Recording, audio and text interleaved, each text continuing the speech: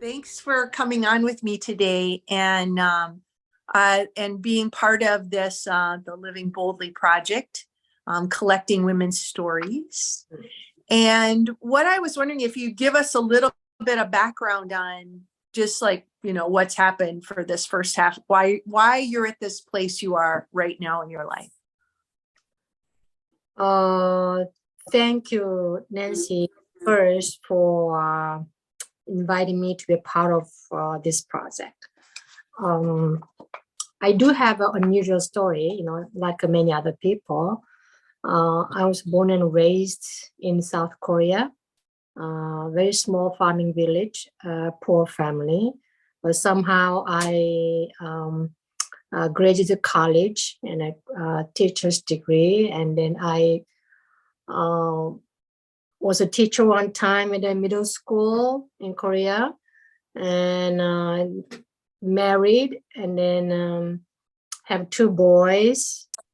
And fortunately or unfortunately, I divorced from my first husband. I think it's fortunate.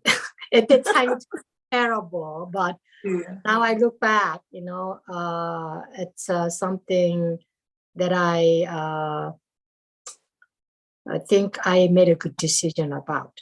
And then I lived my like a middle-aged life in Korea. I didn't think of leaving my country because I really love my country. And I never imagined me living overseas, but it happened somehow. It's because I wanted to establish a family life again. I learned about myself during this time of separating from my children and supporting them. And I learned about who I was, more like I thought I am the type of person that I do better with a partner than solo. So I decided to establish family life again, which is quite unusual because you have fear, fear of failure. You failed already one time if you say it's failure. And I don't want to repeat it, of course. But I thought, well, if you don't try again, you don't grow and you don't have the opportunity to live a different life. So, and then, thank God, I was provided a candidate, nice candidate. It was an American.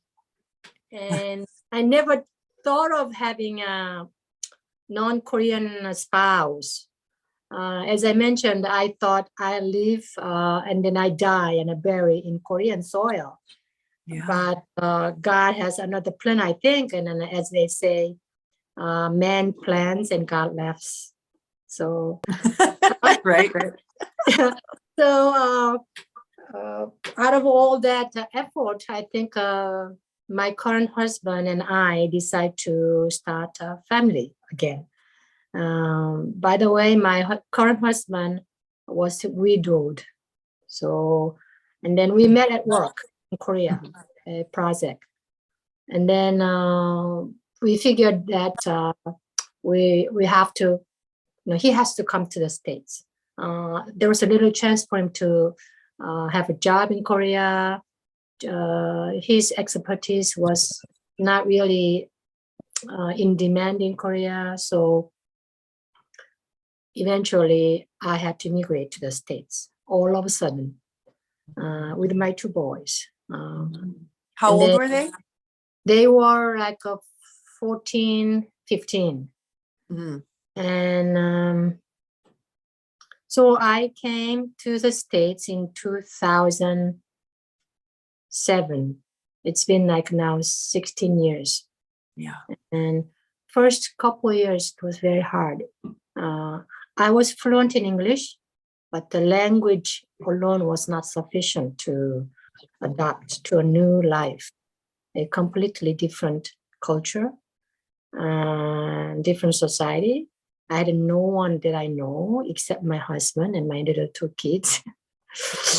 I actually went through the depression. I had this fear of talking to people, so I couldn't get out of the house for like 6 months. And my husband encouraged me to go to the library in town.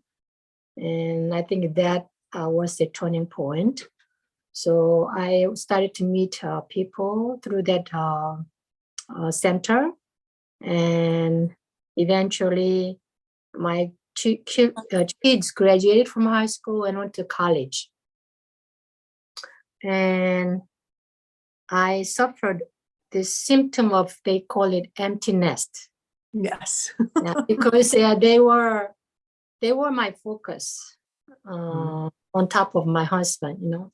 Yeah. So when they were out of my sight, it's like you lose a point of focus.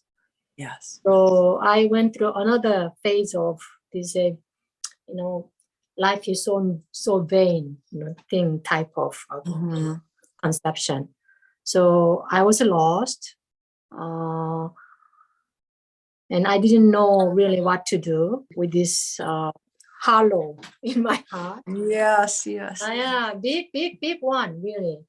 And I thought I was ready to go on to the next world, honestly, because, you know, I thought I've done my job now. Yeah, yeah.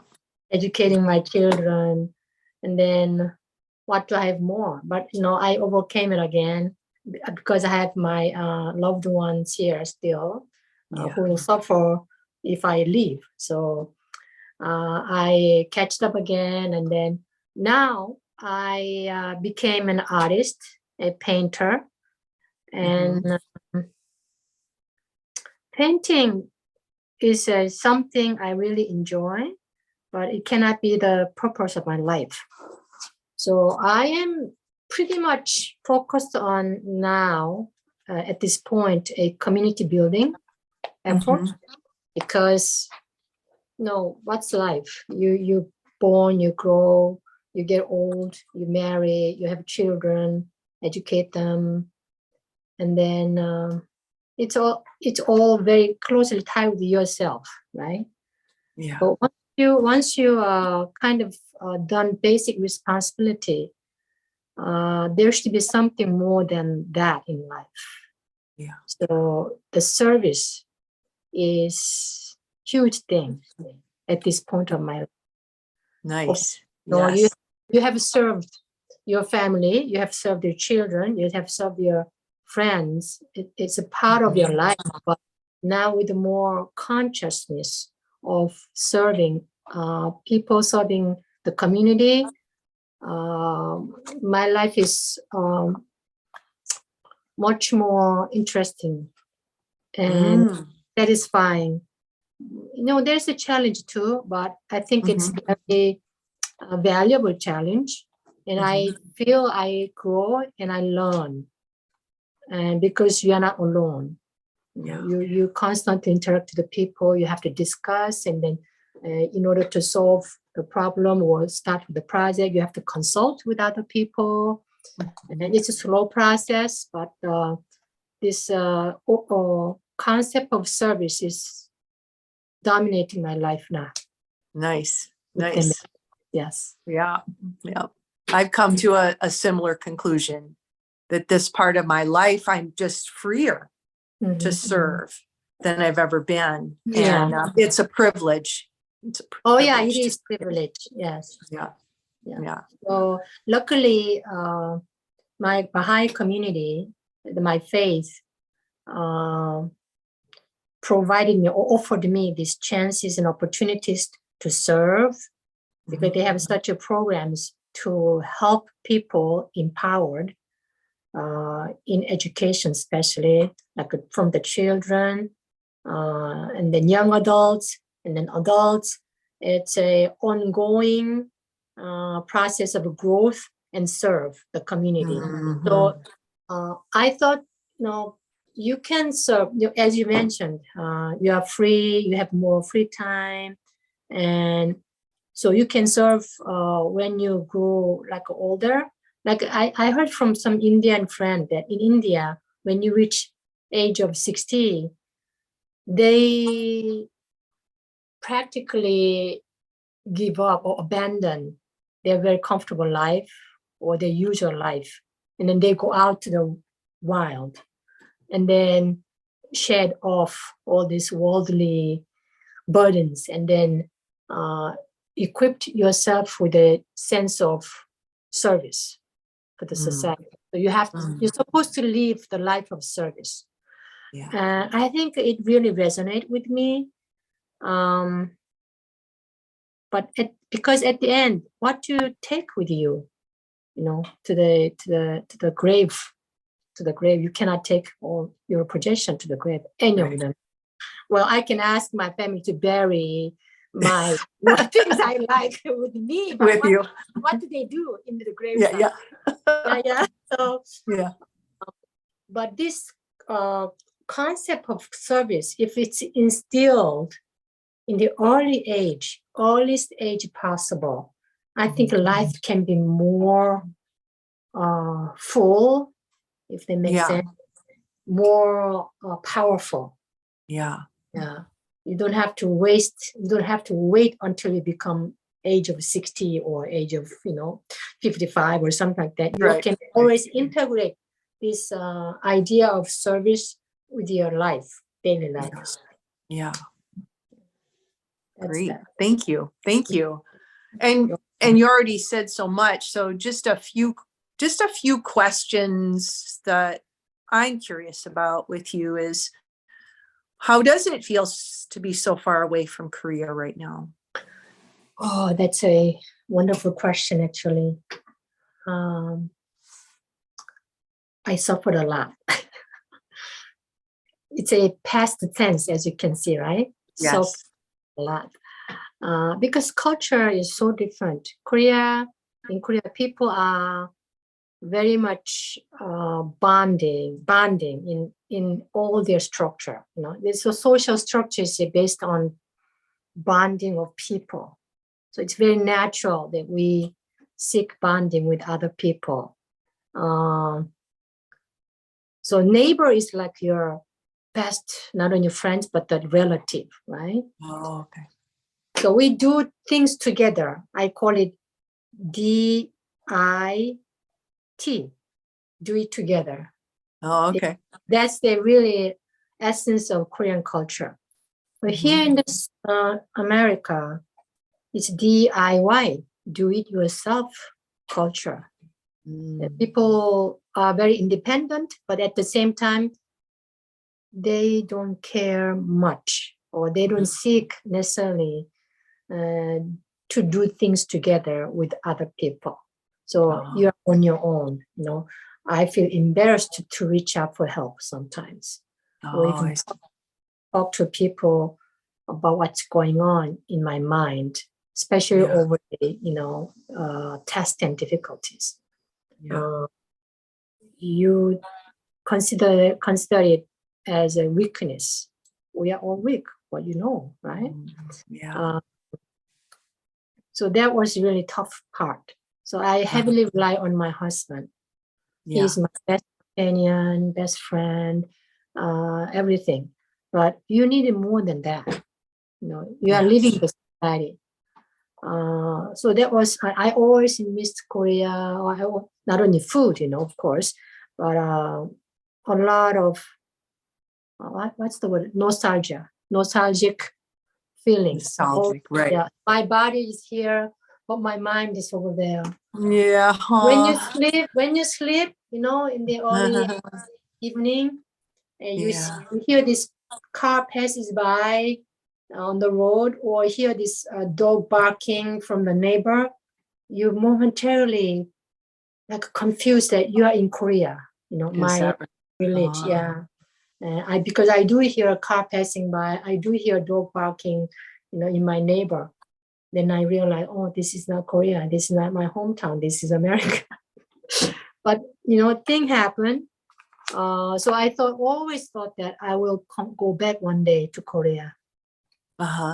and then retire and then die there because that's where I belong to, I thought. All right.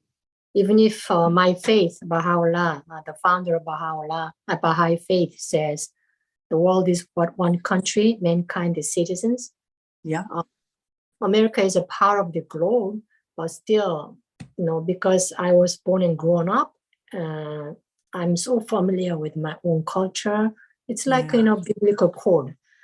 Yeah. But so I always thought that I'll go back. And that's why I maintained my citizenship as a Korean. I never gave up my citizenship as a Korean. But when my kid, my son married years ago, I felt something happen in my heart. I felt something changing in my heart. And I felt that some kind of root, if I imagine root coming down from me and then go through the earth of the soil of America. So I feel like, I was planted now finally to America. And so I felt I'm a part of now of America. And then when I had a grandchild born, that root even came down deeper, went down deeper. So, wow, America is not foreign land anymore. I used to feel the stranger. I used to feel I'm a, visitor or stranger. You know how you feel. And when you go back to Korea, you feel strange too now. Right, I bet. Yeah. Because you feel I've changed over the years, and then I see with a different perspective of Koreans, their culture, their behavior, their way of thinking. So I don't belong there. I can visit, I can enjoy and visit, but I don't want to live there now. So I feel like now I want to be a citizen here. All right. So from great separation and anxiety or nostalgic sentiments, now I feel unsettled here. All right. I am pretty much embracing everything, and I don't miss Korea as much I used to. Yeah. And I don't think of going back for good. I belong. Thank you. Thank you for that. You're welcome. Yeah, just one more question. So when you think of women in our age group, is there anything you want to say to us?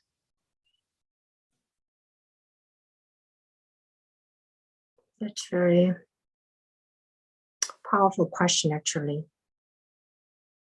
In my age, many people, I don't know in America, but in Korea especially, because there was no life possible or no life imagined for women of my age to live a life for herself. They were always at this title of somebody's mom, somebody's wife. So there was no identity, my independent identity as a person. Yes.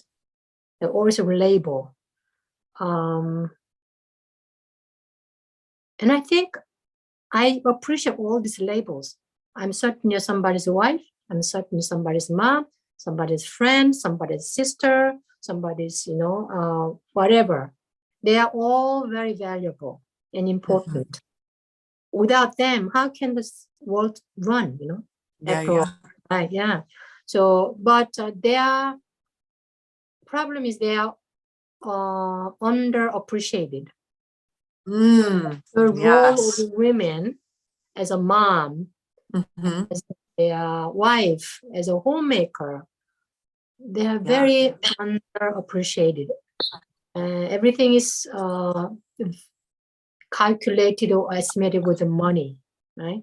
But when you're trying to buy this role of mom, wife, or homemaker, it's very, very expensive, actually.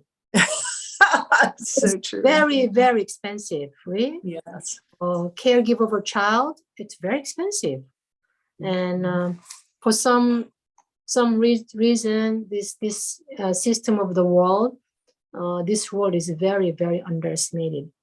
And I think mom, my age group especially, have to recognize that we have played a very vital role, and then we should encourage young women, or whatever they are, especially moms, that their job is very important, even though the eyes of the world see differently. But without them, I can't imagine the happy family. I can't imagine good education for children, little children. They are the pillars of the society, But for our age, like, all children will not grow up. I like to, I think, emphasize, as in going back to that idea of a service. I like to see more women in my age to look around the world, and then find ways to contribute to society rather than spending all their energy and time and money on themselves, because that's what they're doing in Korea, many women, oh, now I live for myself. So, they do all kinds of things that can please them, right? The training, going after the good food, and then going to the movie, concert, and learn this and that, hobbies, endless list of hobbies. But you can do it, but so what? Yeah. If you do not contribute to the society, you spend the rest of your life pleasing yourself. I don't know. Yeah. So I hope, they have this opportunity to open their eyes up and look at the world, and then find ways they can contribute their capacity, their love, their compassion, their money to change, to bring some positive changes in some other people's life. Yes. That's I love that. Thank you. You're welcome. Thank you. I'm really enjoyed this time with you. Me too. And, thank you for giving me this opportunity. I hope that this one helped. Yes, I appreciate your wisdom. Thank you so much. You're welcome, Nancy.